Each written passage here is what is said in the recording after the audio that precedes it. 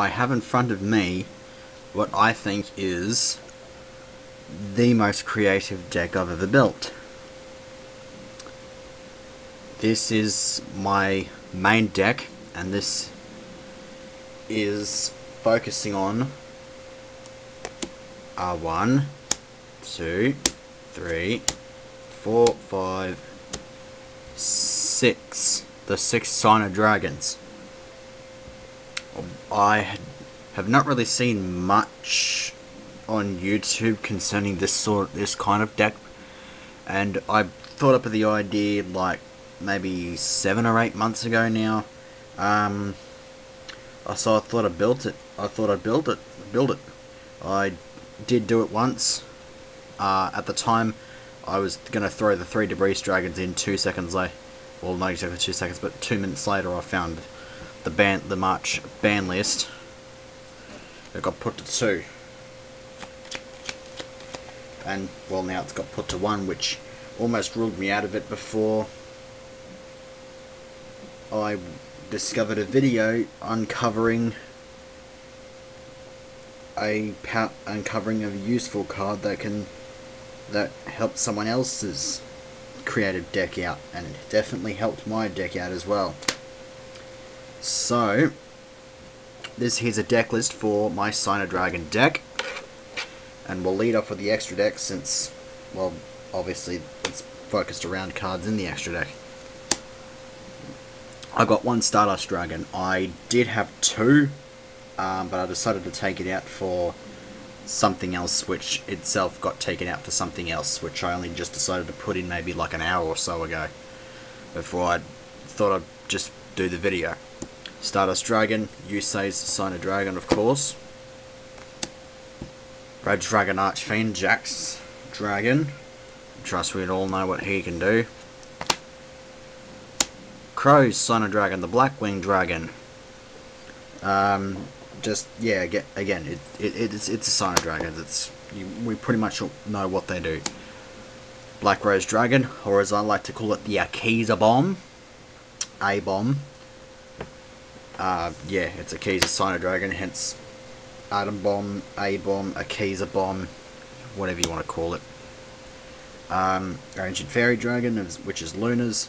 I've started warming up to the fact that I'm to using her ability to special summon monsters from my hand.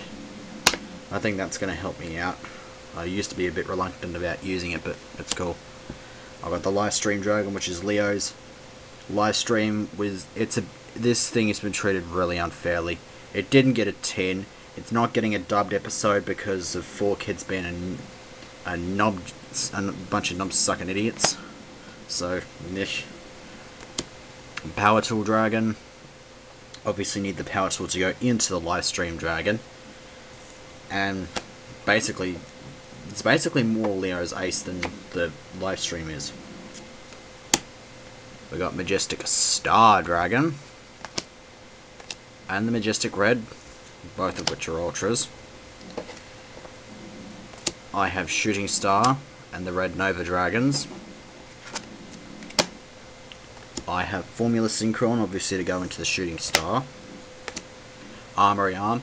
The Armory Arm is needed in here because of a strategy that involves summoning Red Nova Dragon as early as the first turn.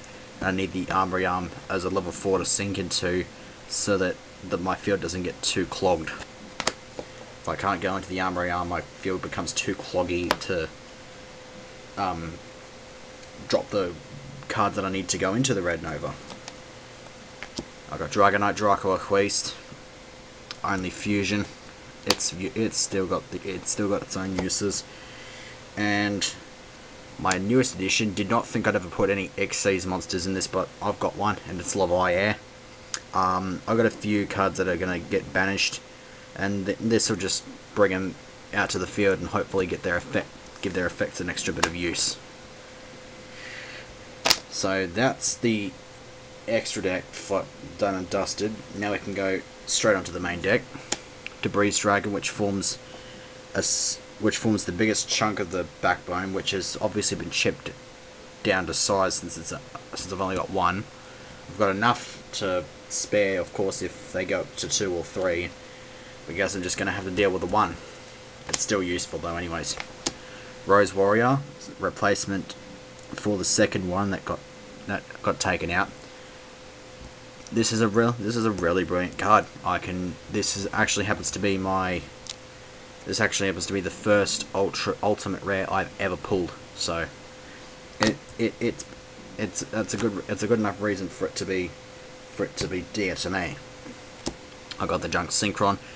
Love this card in the Sun and Dragon deck because I can use this, bring a level 1 tuner, go for the Red Nova, and I can do similar stuff with Creation Resonator. I've got his special summoning prowess in the presence of Red Dragon Archfiend allows me to get to Red Nova Dragon on the first turn if he's in my hand. Plague Spreader. We all know about Plague Spreader. There's not much to say about him. He's just a good tuner. Magna Drago. I needed at least one dragon tuner, well, aside from Majestic Dragon, which you all saw coming, but I got the Magna Drago in there just as a second level 2 tuner. It's pretty useful. I got Glow Up Bulb, one of the best tuners ever. I love it. So happy that I managed to pull this out of a Starstrike Blast. It was actually one of the first few Starstrike Blast packs that I cracked open. So good thing that is I managed to wrap my hands around that, because I don't think I'd ever would have if I'd not pulled it out of a pack. We got Effect Veiler, general usefulness in a lot of situations. Tuning, effect negating stuffs. Spore, that is useful as Glow Up Bulb. And, well, Majestic Dragon. That's it. I can't really say much about the Majestic Dragon. It's straightforward. Now for non-tuners, the non-tuners start off with the Stardust Phantom. This thing's brilliant for any sort of deck that runs a shitload of dragons, at least Dragon Synchros, because you can remove them from play. Pick a Dragon Synchro. Once a turn, you can keep him safe from battle destruction. It'll cost you 800 attack and defense each time. And it brings the Stardust back to the field if it's destroyed in battle or by card effect. Yeah, either by battle or card effect. Treeborn Frog. I'm pretty sure we all know about Treeborn. And I'm pretty sure we all know about Battle Fader as well. Just make sure I don't get OTK'd. Quillbolt Hedgehog. In my first few runs through the deck, I had 3 of these. Had to cut it down to 1 had to eventually cut it down to 1 to make room for other stuffs. It's still useful though. I got Dandelion, another very strong piece of the backbone of this deck. If I lose a piece of the backbone, the whole deck's probably going to go to shit, so hoping Dandelion doesn't get banned. Marshmallow. This thing just likes to stick around, and it's good because, you know, if I get another level 3, I can go into Leviathan, and that's going to help me out. And it's searchable through Debris Striker, so I can go straight into a quick 7. Sangan. Searching. Double Goblinberg. Thank Christ I found the video that featured this card so prominently and hailed it. And kudos to Dark Magician 84 for providing the video about Goblinberg. This thing is a brilliant card. It special summons a level 4 or level monster from hand, then this thing goes to defense mode. So I can drop a 3 and go into a 7, or I can drop another 4 and go into an 8. If I had a spare copy of Utopia, I'd probably run it for the shits and giggles.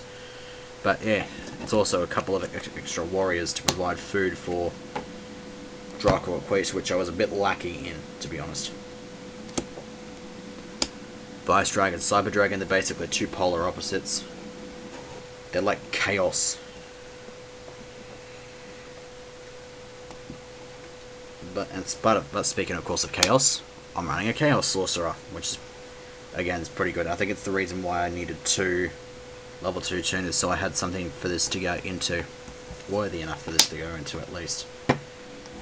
And we finally have Gauze, just a hard hitter, can use the token or itself to go into a level 8 synchro. Spells, Stardust Shimmer. With a deck like this is a staple. You remove from play monsters in your graveyard whose total levels equal that of a dragon synchro in your grave, and that dragon synchro comes back. A bit like a Monster Reborn for that sort of stuff. 1-for-1, another section of the backbone of the deck. The idea now that you've seen the pieces is you would go the 1-for-1 by ditching Dandelion, getting the 2 tokens and dropping a level 1, preferably Glow Bulb in this situation. Sink a token with Glow Bulb for the Formula Synchron, drop Debris Dragon, bring out Dandelion, go into Stardust, which gives you your Shooting Star and 2 spare tokens in case shit goes down. Or you can just wait until you've got 3 tokens on the field, sync them all up for the Armory Arm, and then bring it back, bring the Glow Bulb back, drop the Creation Resonator, and you get your first turn Red Nova. Situational, yes, but I have actually managed to pull off the first turn Shooting Star before. Don't think I pulled off the Red Nova first turn though. That's a lot more situational, but it doesn't matter. I've got 3 equipped spells in here, which may seem a bit but yeah, these things have actually proven to be quite helpful, especially the Megamorph. I once ran over the top of an opponent's Blue Eye Shining Dragon thanks to this Megamorph. And the Double Tool C&D, of course, it's there to make Power Tool useful, and the demotion can help as well in terms of knocking off a few levels. And Miracle Synchro Fusion, I go into Dark Request only with this, but I do set it at almost any opportunity just to hopefully get it blown up and get the +1. Sometimes it goes to shit because of when I need the Dark Request, but it doesn't matter. Burial to bring out the monsters that are getting banished, because there'll be a fair few. Banishing plants for Spore, banishing stuff for, Quillbolt and Plague Spreader's effects, and of course Chaos Sorcerer. Pot of Duality.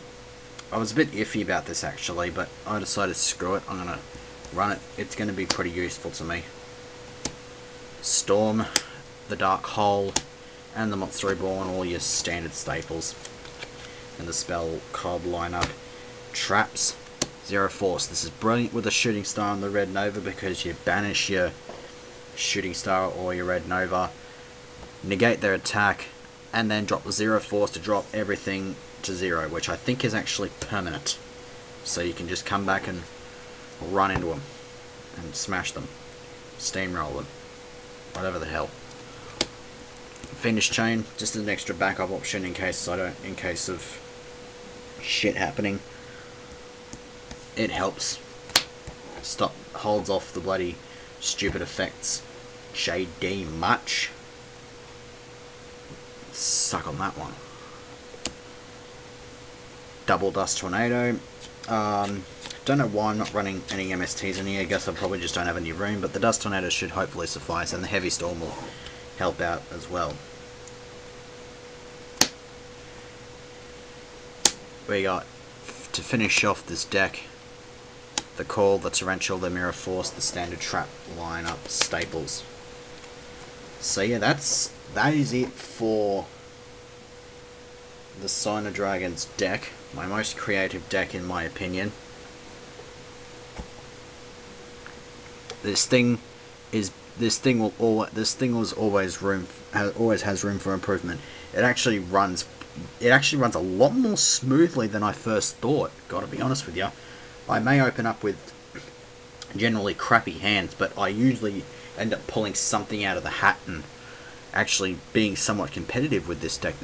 I actually like the results that the deck has provided me after I put the Goblinbergs in, so that's a lot of, those Goblinbergs really give a lot of help to this deck, and it's made it it's probably at its best at the moment, especially when I've put in some of the other stuff. So So yeah, that's about it for the deck list video. What are my plans for next? Well, I've got to update the Legacy of Goku 2 LP, because I don't want to be too lazy on that, but I'm just trying to wrap things up on my Blaze Black file. I've only got 5 more Pokemon left to see in the national decks, which would be Lugia, Mewtwo, Darkrai, Arceus, and